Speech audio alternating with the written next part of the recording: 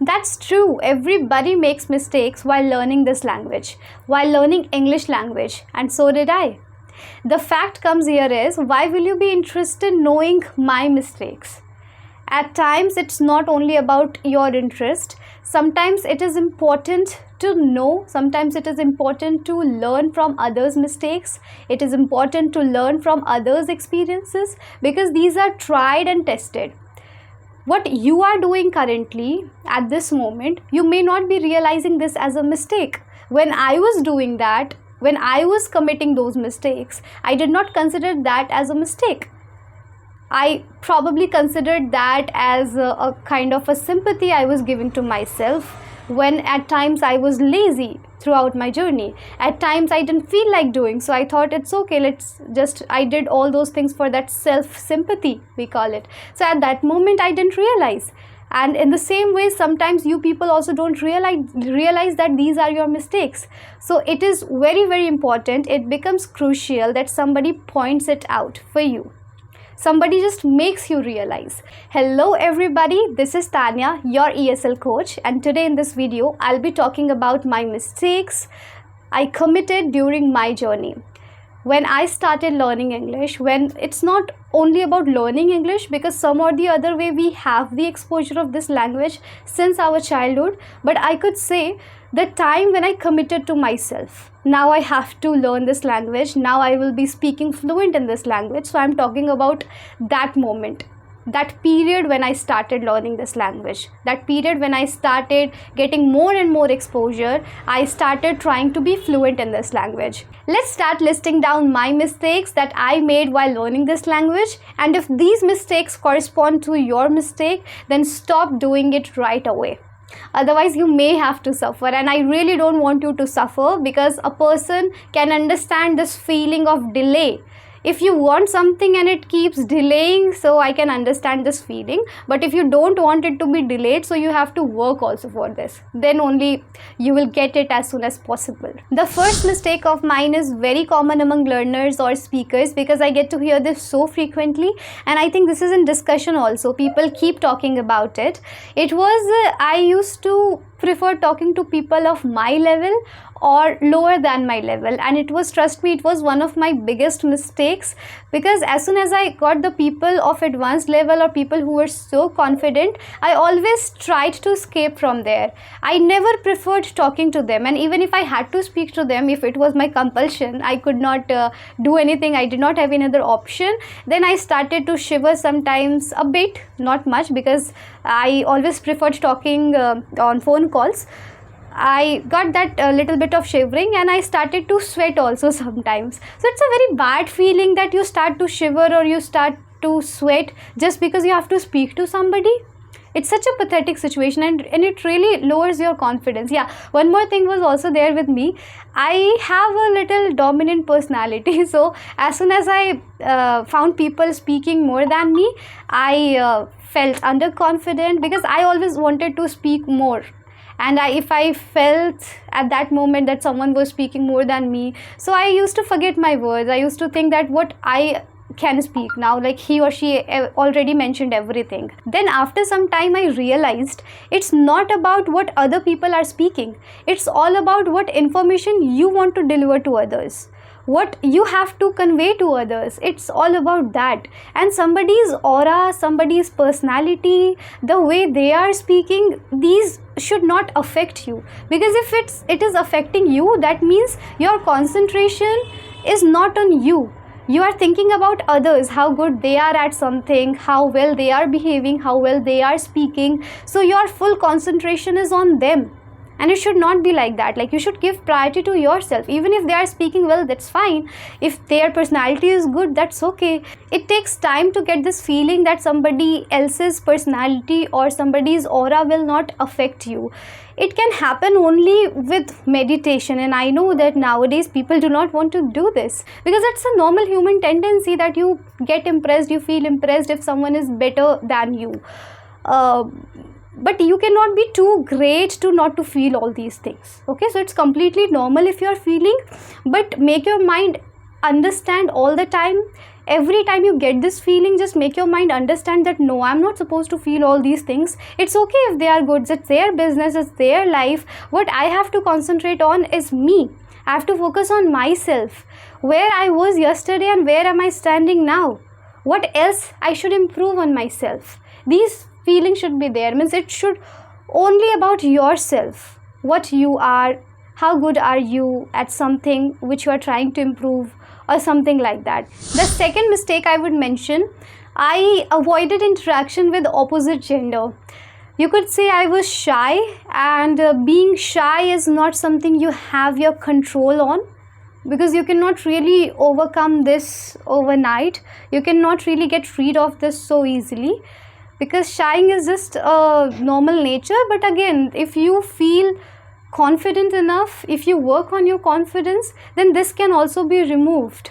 When you start initiating conversation with strangers, that's when you overcome your shyness, and that's when you can get rid of this shyness. Not completely, but you can manage at least, because when you initiate any conversation with somebody, then you feel more confident, and then you know that you are leading that conversation. And when you know you are leading any conversation, then you feel confident automatically, and it works. Okay, you try this. So yeah, the same happened to me also. I avoided talking to males, and again I get to hear this too. Some boys say I don't prefer talking to females, and the reason being they are shy. It was with me because I never studied in co-ed. I think I consider this was my reason. And whenever I got chance speaking to males, I used to feel that this is something different, this is something I'm not supposed to do. I probably considered that as that was a kind of taboo, you can say, that I cannot speak to people. It's all about making your mind understand about all these things, because even if you are shy speaking to the opposite gender, so it's completely fine. There could be so many reasons. Some of you might be like me only, you probably studied from boys school or girls school, or there are some other reasons. You don't want your impression to be bad in front of that gender. You might be feeling that what he or she would feel about me, that I don't know how to speak English and all. There could be different reasons, but again the same point comes here. When you give importance to others more than you, then you get all these feelings. But when you think that you are here to speak, you are here to convey your ideas, doesn't matter who the person is there. I cannot really provide any solution for this particular problem, because this depends upon the reason you feeling shy. First you find out the reason why you're feeling shy speaking to opposite gender, then you find out, or then you try to find the solutions for this. Okay, because this is very important. Don't consider them that they are of opposite gender, just consider them like people. They are the people whom you are conversing with. Why to think that they are males or they are females? I know, again, it's easier said than done, because there was the time I also used to feel like this. But the point comes here, or sticks to one point or one word only, and that is your confidence. When you are confident enough, then you will not really care of whom you're talking to or who the person is there next to you. You won't be feeling all these things. It's all the game of that only one word, and that is confidence. Next mistake I would mention, which is again very common among learners, this is consistency. I was also not consistent with my learning part. I also sometimes used to listen to the animated stories, because this was something I picked up for my listening practice. So sometimes I used to listen, sometimes many a time I used to skip also. I started reading practice, but I couldn't continue. But it was not okay. I again want to associate it with one more story, because at that moment I was also preparing for UPSC, because now I have left it. And it was my desire, I am accepting it openly.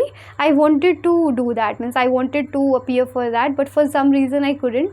So just because I was doing, or I was preparing for that, so what I thought, why to read something different when I have those NCERTs? So at that moment I just connected that academics with that reading practice. I used to study history, geography, civics, and some other articles I used to study, and that's how I used to do my reading practice.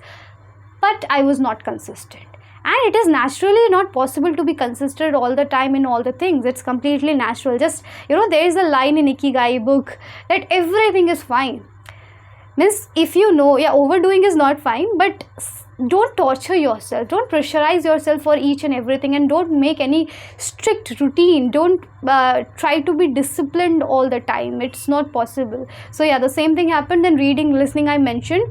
And in writing also, I was habitual of writing. So I used to write, and I have mentioned in a few of my videos also that I used to write my journey, like the time I took birth. Since then I wrote all the incidents down there in my diary, and that really helped me. But yes, again the fact comes here is that I was not consistent. Now, as I am mentioning that I was not consistent with sometimes with my speaking, with reading, listening, writing and speaking and all the stuffs, or improving my vocabulary and all. So you might be thinking, how long did it take me to become fluent in English, and all such questions would be going in your mind. Don't think about all these things, because I will be making a detailed video about this. Again, I repeat my line, it's all about making your mind understand. It's all about the motivation you have, because if you don't have any motivation to speak in this language, then why will you be speaking? Why will you be putting yourself in trouble?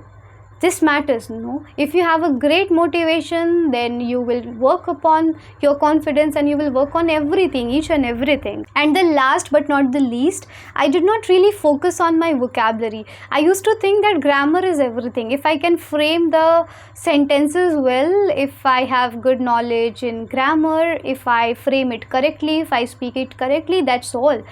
Because I had that basic grammar since always, I would say. Basic grammar as in, means if somebody told me something, so I could adapt to that so quickly. Means I could catch that, I could copy that so quickly. Somewhere I think I'm good at copying probably. But that time I did not realize the importance of having good vocabulary, having the collection of good vocabulary, good phrasal verbs, good expressions, good idioms. Idioms are your choice.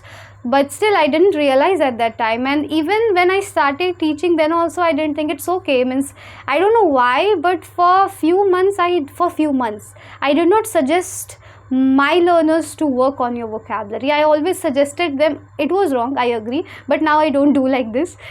Every day it's a learning part, you keep learning day by day, so you keep improving also yourself day by day. I never told them that you work on your vocabulary. I told them that you should have that basic vocabulary to convey your ideas and all, but I never pressurized them to do so. And it should be there in you. It should be there. You should have good collection of words in your mind. Then only you will be sounding so good. You will be conveying your ideas in a better manner. Otherwise, then the situation comes of using filler words and all, just to fill the gap, because then you are searching for the words. Working on vocabulary is also not so easy, because it's not so easy to remember all those vocabulary. Okay, so this was my mistake. Initially I did not understand the importance of learning vocabulary, learning new words, learning new phrases and expressions, and that created problem actually, because being a trainer, you're not really supposed to not to learn vocabulary. You are not supposed to not to work on your phrasal verbs part or expression part, because you should have all these things. You should have some good collection in your mind.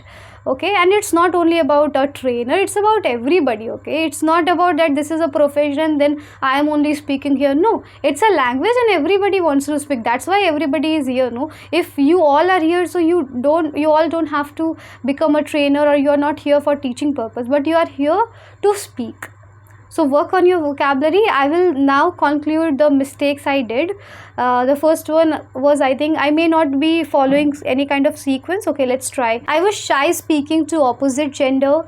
I was not so consistent with my reading, listening, writing and speaking all such other stuffs that I had to do at that time for my improvement, for my development.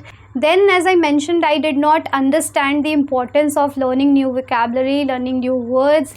I never realized that it could be so important for us to, it could be so important for me knowing the new words, knowing new phrases, knowing new idioms or expressions. I didn't understand, okay? So if you also make all these mistakes, please stop doing it right away. It could be so dangerous for you. It could lead you to a situation where you may be losing your hopes. You may not want to try that again. You may feel like quitting this. Okay, so all these feelings would occur or may occur in your mind.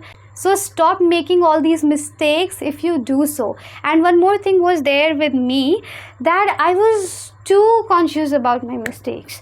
Means I used to speak in a manner that I am the person who cannot commit errors. I'm not supposed to commit errors. I used to think like that, and it was also one of my biggest mistakes. How can a person feel that he or she would not be committing mistakes? It's all right. We don't judge ourselves this much in our native language, and we do it a lot in this language. Just because we relate Hindi with class, we relate English with class, we relate English with your education. English signifies, according to us, according to Indian people, English signifies how intelligent are you. Okay, and what's your personality, and all these things we feel, and that's the reason we give importance to it a lot. Don't be too much conscious about your mistakes. Just let it flow, let your words flow, and just you convey your ideas, your thoughts, and all such things. Okay, but I know that the point would you people would again conclude it in a manner that it is easier said than done. But I will conclude it in a manner that it's all about making your mind understand. If you are able to convince your mind, and if your mind is not ruling you, then everything is possible. Okay, trust me and try it, do it, just do every possible thing you can. Now see you in the next video. Take care, bye bye.